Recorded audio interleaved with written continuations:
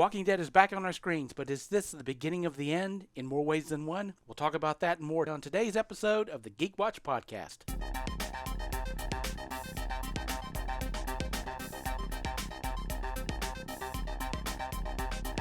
This is the Geek Watch Podcast with Brian Hatcher and Mandy Petrie.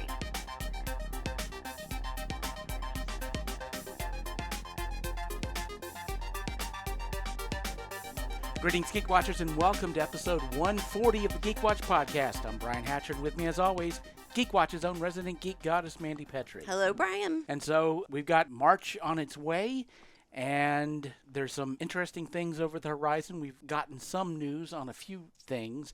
The one main thing that I've been keeping my eyes open for is that we are due for a new Thor trailer. Oh, And there are many predictions going on. There were some people that thought we were going to get it either today or tomorrow, but it seems like everybody's pretty sure that if Marvel sticks with their timetable, that we should see a new Thor trailer on Monday. So this is Love and Thunder, and we're expecting Natalie Portman to pick up the hammer, and... Well, I mean, she's definitely picking up the hammer. In fact, one of the reasons why people believe that we've got a trailer on the way is we've already gotten some toy releases. And I've been trying to avoid those pictures because I don't want any spoilers at all. But I understand there's a new Thor costume, there's a new Jane Foster in her full regalia, and a new name for Valkyrie, which, like I said, I've been trying to avoid a lot of the spoilers and everything because I don't really want to know.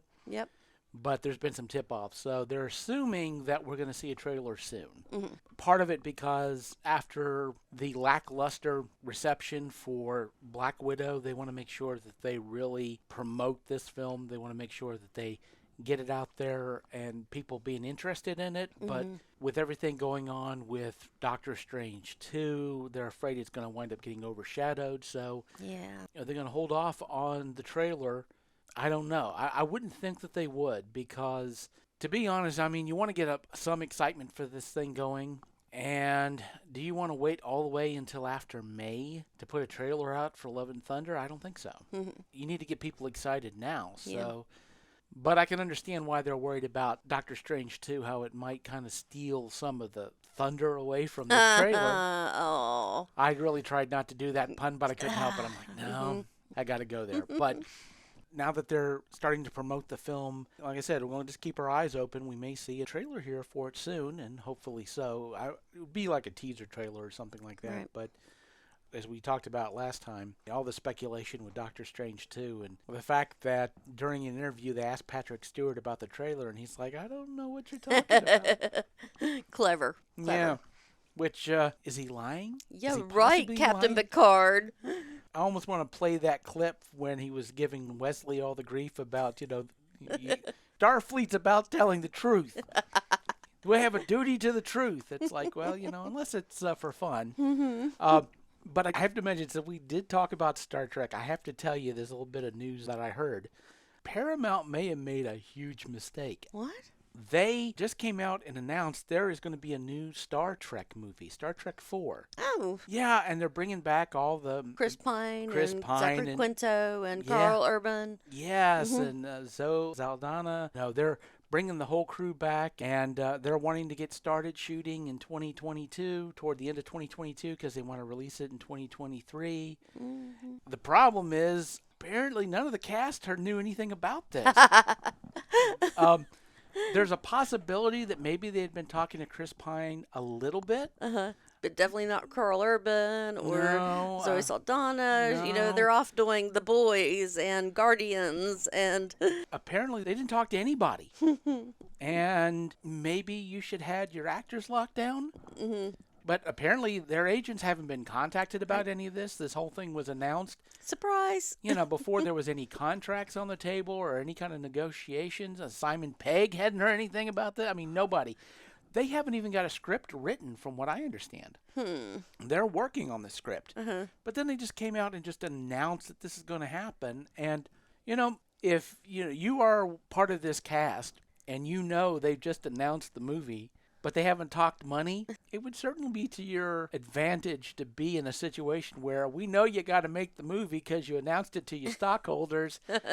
Let's talk money. It's not like you're not going to make the film and I'm going to talk myself out of a payday. Paramount's ability to negotiate salaries at this point, not very good. Again, with the world being as crazy as it is and how important it has been to get content and to get movies made, some people are kind of jumping the gun, I guess. So, and unfortunately, this one's going to cost Paramount some money, but there you go. I did see a little bit of news about Doctor Who, because they did finally make an announcement. We now have a date for the next special, the Sea Devil special, which is going to be Easter. Oh, okay. 17th, I believe, 17th of April. I don't know. I know Mardi Gras is March 1st, so 40 days after that. I think the Sunday falls on the 17th, I believe. Of course, I've been following this because this is going to be the second of the third episodes.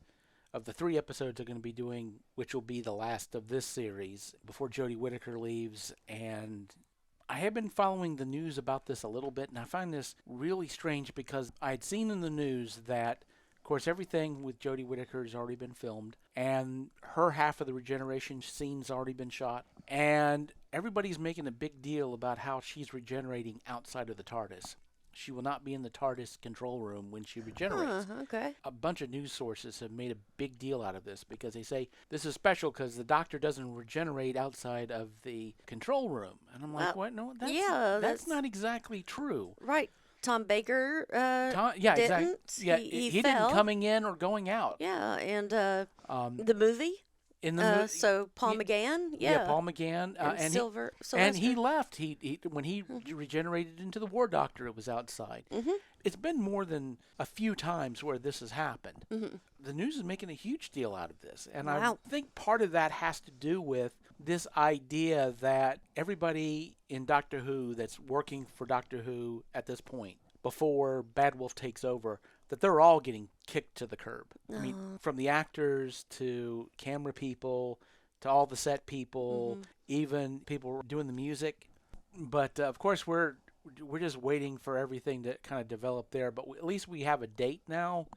We do know it's in April, and so of course we'll keep our eyes open for that. But before then, we got March. And, of course, we'll have... lots of stuff in March. March is going to be awesome. Yeah, because Batman's is next week. Right. So... got Batman, Moon Knight. Yeah, Moon Knight, which is the 30th of March. So it's just like squeaking into the last part of March. After the Batman, there's going to be a pretty decent amount of time between Batman and Moon Knight. So... we'll certainly need to fill our time with something. I just finished watching the last of the 9 episodes of Vox Machina.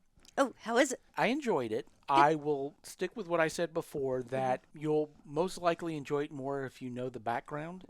Although Nerdist put out a bunch of videos on the things you may have missed, Yes. The Easter eggs for Vox Machina. And yeah, there's a ton of them. Okay. Most of the references, since I hadn't watched any of the podcast, of course I wouldn't have caught any of it, but there are a lot of interesting little Easter eggs, and they're not all about the role-playing aspect of it. There are some interesting little Easter eggs, like in one of the shops, which was one of their classic shops where they would go to buy magic items. Yep. There was a pair of unfinished sandals, which are supposed to be a reference to Gary Gygax, the last pair of sandals he started to make before he started getting rich off of D&D, because he was one of the creators. Aww. And this is a real thing. They're in a case. Apparently, they're this relic that have been passed around, and they make an appearance. So it's just like this really odd Easter egg, but it just happens to be in there. Kind of like the hairdryer for Stephen King. He sold his first book, and he wanted to get something special for his wife, and the only thing he could find was a hairdryer. Like I said, I enjoyed it, and they've certainly set up for a season 2. Okay. Huge cliffhanger for season 2, for sure. How far have you gotten into it? Just those first 2 episodes. I haven't got back to it because I was watching Peacemaker. And oh, yeah. That tends to take up a lot of your time, for sure. Oh, speaking of Peacemaker, we should congratulate James Gunn, not only for creating this wonderful show, but his engagement. Oh, good for him. So, of course, he and his fiancée, who played Amelia Harcourt, who was sort of like a background character, and then she winds up getting part of this bigger show. Right.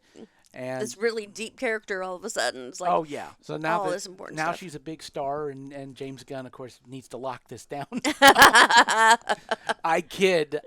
They've been dating for a long, long time. They were due, but well, she was a star long before then, obviously too. But I did want to finish off with a little bit of Walking Dead, since now it's back on our televisions. And I know you haven't seen any of it yet. Yep, I didn't even realize that it was back on. That's how far removed I am from the real world. I have the AMC Plus account, so I have seen actually the first 2 episodes. The second episode doesn't air until this Sunday, but I've seen both of them. And I won't go into any spoilers because I don't want to wreck it for you. There are some things I want to talk about, and not anything specifically, but remembering, of course, where we left off with Maggie. You're starting to see Maggie kind of slip more into Negan territory. Well, we do get the ending of that in the first episode. The second third of the season, I guess, because it's splitting it up into 3 thirds. Yeah, that's Yeah, it's kind of weird how that worked out.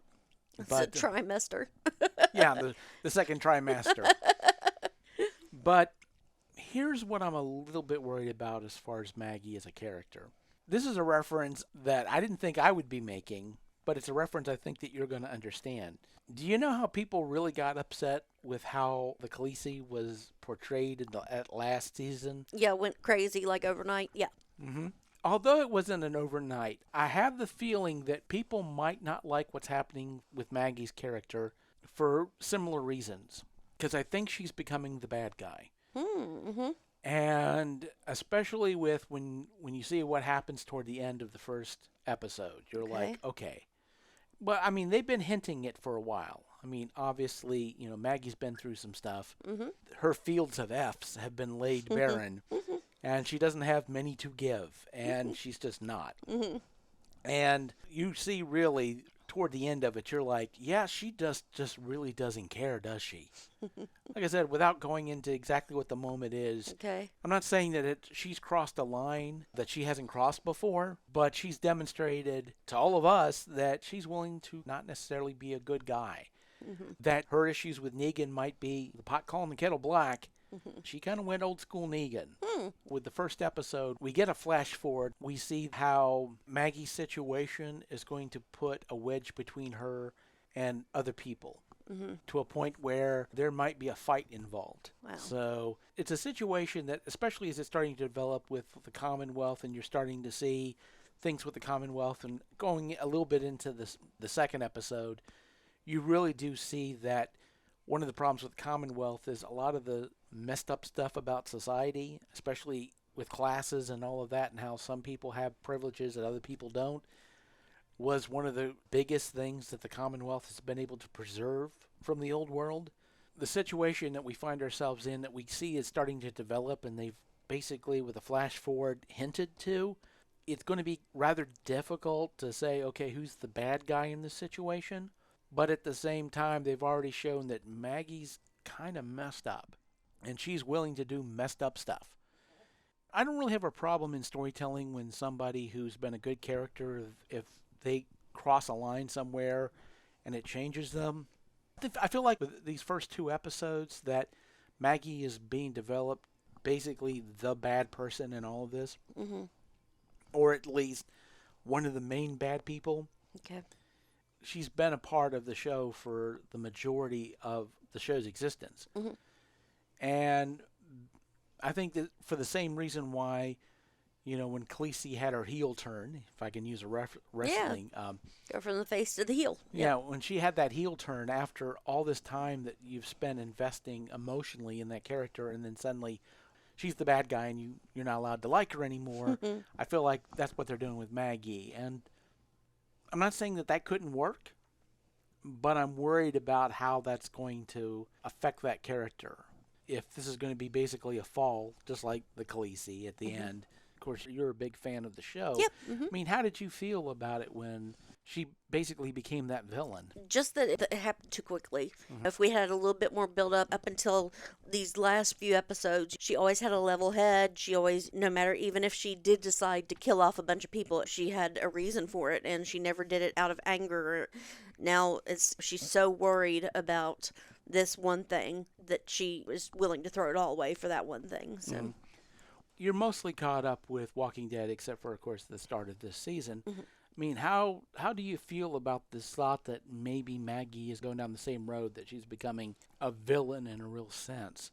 Like I said, without knowing a whole lot of details about it, but the last season, we'll say the first trimester, there was some hints about Maggie and her character, of course, a lot of her interactions with Negan. yes.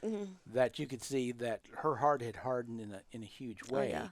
But, I mean, how does that, as a heel turn, do you Well, feel like maybe... Everything that we know about this reason and why she's the way she is now has happened off screen. We've heard her tell stories. Yeah. This happened, so I had to do this, and I had to become this way, and traveled with these people, and we did this. So not getting to share that, like in the Star Wars prequels, we got to hear about how Anakin and Obi-Wan were best friends. We didn't get to see it. It all happens off screen, and it's very Greek. All the action happens off stage, and then we hear about it.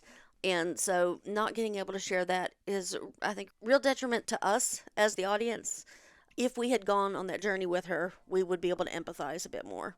Yeah. It doesn't feel that way right now. Yeah, that's a very good point. And like you say, if we had seen it and we had gone down that road with her, then perhaps we would be more sympathetic. We would understand it more. But the fact that we didn't, and we're asked to just accept that this is the way that it is. Like, we watched Rick shoot a guy in the back who was running away from him. He said, "We can't go back, Bob," because he knows where he was. We saw that. We were with him when there were cannibals going to kill them and eat them. We saw that. We know why he's doing what he's doing now. And then with Maggie, we just get to hear about it. That's a very good point. Because of that, I just hope that as a character, Maggie doesn't get shortchanged. But I guess we'll find out. We shall see. And so with that said, we come to the end of episode 140. Thank you for listening, and tune in next time for the latest in geek news and views with the Geek Watch podcast. For Mandy Petrie, this is Brian Hatcher, reminding all the Geek Watchers out there, we're all geeky about something. Be proud of yours. See you next time. Thank you for listening to the Geek Watch podcast. If you enjoyed this program, don't forget to like and subscribe on your preferred platform and share this podcast on your social media. For links to all the ways you can listen to the Geek Watch podcast, as well as leave comments and suggestions, visit our website at geekwatch.net. The Geek Watch podcast is a Hanging J production.